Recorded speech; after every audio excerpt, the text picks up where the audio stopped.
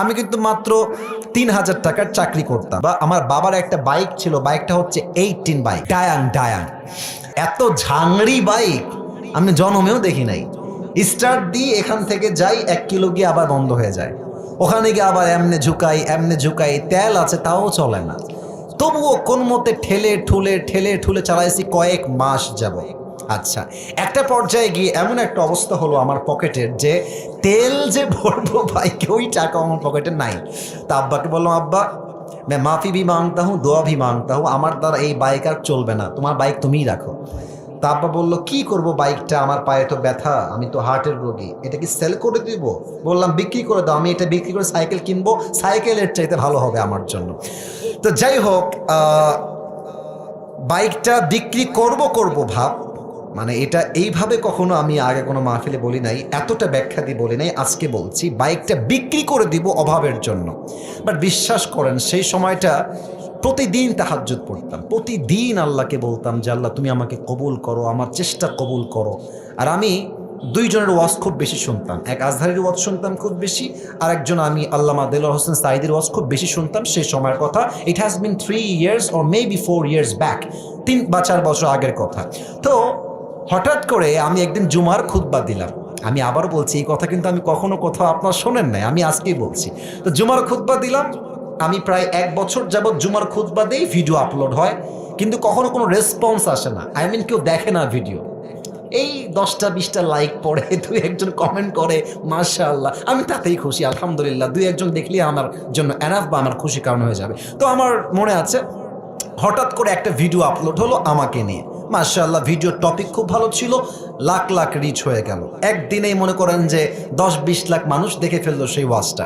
পরে মিডিয়ার থেকে আমাকে কল দেওয়া হলো যে আপনি জুমা পড়ান কোথায়, আমরা আপনার ভিডিও রেকর্ড করব। তো অনেক বড় একটা মিডিয়া আমাকে বললো যে আপনার ভিডিও একটা আপলোড দিব, আপনি ইনশাআল্লাহ অনেক দূর যাবেন, আপনার জন্য অনেক বেশি কাজ আসবে, আপনি কাজ করতে পারবেন আপনার দাওয়াতি ফিল্ডে। তো একটা মাহফিল করলাম, মাহফিলটা ছিল পাবনায়। মাহফিল ছিল কোথায়? পাবনায়। তো পাবনায় গেলাম, আমি হলাম 3 নাম্বার বক্তা, দ্বিতীয় বক্তা না, 3 নাম্বার। তো আমাকে যখন ওয়াজে দেওয়া হলো, দ্বিতীয় বক্তা খুবই রাগ, আমার টাইমটা তাকে কেন দেওয়া হচ্ছে, ওকে তো দিয়ে কাজ হবে না, ওকে নামান, একে দিয়ে কাজ হবে না, এটা 3 বছর আগের কথা, বেশি না, 3 বা 4 বছর আগের কথা। তো আমি ওয়াজ শুরু করলাম, কি বলবো, নিজের কথা বলছি না, বা এটা আল্লাহর রহমত বলছি বলতে পারেন। আমি আধা ঘন্টা ওয়াজ করেছি, প্রত্যেকটা যুবক, আমি নেমে গেছি ওরা উঠে গেছে, মানে এই হুজুরকে আমরা ছাড়বো না, নেমে গেলাম, সেটা আপলোড হলো ইউটিউবে। হঠাৎ করে একদিন আমার বাসা ছিল রাজশাহীতে, রাজশাহীর আমাদের মেইন শহরে বাসা, আমার আব্বা জুমার খতিব এবং আমার আব্বা একটা মাদ্রাসার প্রিন্সিপাল। তো আমি বাইপাস দিয়ে যাচ্ছি বাইক নিয়ে, ভাই আমার কাছে কিছুই নাই, বিশ্বাস করে না আছে টাকা, আর আমার 2টা সাদা পাঞ্জাবি ছিল, আর আমি যেই জুমার খুতবা দিতাম, জুব্বা যে পরবো, জুব্বাও ছিল না ভালো, আমার বন্ধু থেকে জুব্বা ধার নিয়ে আসতাম, যে বন্ধু দে, জুব্বাটা পরে মাহফিল করব বা একটু দোয়া করব, এই ওয়াজ হবে, আবার তোকে জুব্বা দিয়ে যাব। তো আমি এই অবস্থায় মাহফিলের জন্য বা রাস্তা দিয়ে হাঁটতেছি, তো হঠাৎ করে আমার কাছে একটা কল আসলো, বললো আপনি কি আবরারুল হক আসিফ বলছেন? এটা অনেক আগের কথা, আমার ক্যারিয়ার কিন্তু শুরু হয় না। বললাম জি ভাইয়া, আমি আবরারুল হক আসিফ বলছি, আপনি কে? তো বললো যে আমি অমুক জেলার থেকে বলছি, আপনার একটা মাহফিলের ডেট লাগবে। শুনে কলিজায় এত শান্তি লাগলো যে আলহামদুলিল্লাহ, আল্লাহ হয়তো আমার রাস্তা খুলতেছে, এই তো রাস্তা আমার খুলে যাচ্ছে। তা আমি একটু ভাব নিলাম, আমার কিন্তু ডেট মেট কিছুই নাই। বললাম ও আচ্ছা, ডেট নিবেন কবে, আমাকে তো দেখতে হবে ভাই। তো বলছে যে ভাই ডেটটা আমরা 2 মাস পরে নিব, যদি আপনি ডেট দেন তাহলে আমরা। ও তো ভাবছে মাশাআল্লাহ, মিলিয়ন মিলিয়ন ভিউ, এ তো অনেক বড় বক্তা হবে রে ভাই। তো আমি একটু ভাবতাম, আমি বললাম ঠিক আছে, আমি ডায়েরি দেখে আপনাকে বলছি। আমার ডায়েরিতে কোনো ডেটই নাই। তো যাই হোক, পরে সে বললো যে ভাই ডেট কি আছে, ডেট কি হবে, আমি নিজেই, আমার তো ডেট লাগবে রে ভাই। আমি কল দিয়ে বললাম ভাই হ্যাঁ অমুক তারিখের ডেট হতে পারে, আপনি কি ডেটটা নেবেন? তো বলছে অবশ্যই নিব। তো বলছে যে ভাই আপনার হাদিয়া কত? আমি তো জীবনে হাদিয়াই নেই না, হাদিয়া কত বলবো। এখন বলছি যে ভাইয়া হাদিয়া আসলে বলা যাবে না, আপনি বলেন যে আপনি আমাকে কত দিবেন। তো আমার বেতন কিন্তু ভাই মাত্র 3,000 টাকা, এবং 3,000 টাকা এত কম আমার জন্য, বাইকের তেল ভরতে আমার 3,000 টাকা শেষ হয়ে যায়, খাবো কি আর পরবো কি। তো আমার ভাই বলছে যে আপনি একটু বললে আমার জন্য খুব ভালো হয়। তো আমি বললাম যে আপনাদের গত বছরে কে আসছিল? বলছে আমাকে একজন বক্তা আসলো। কয় টাকা দিয়েছেন? বলছে 20,000 টাকা দিয়েছি।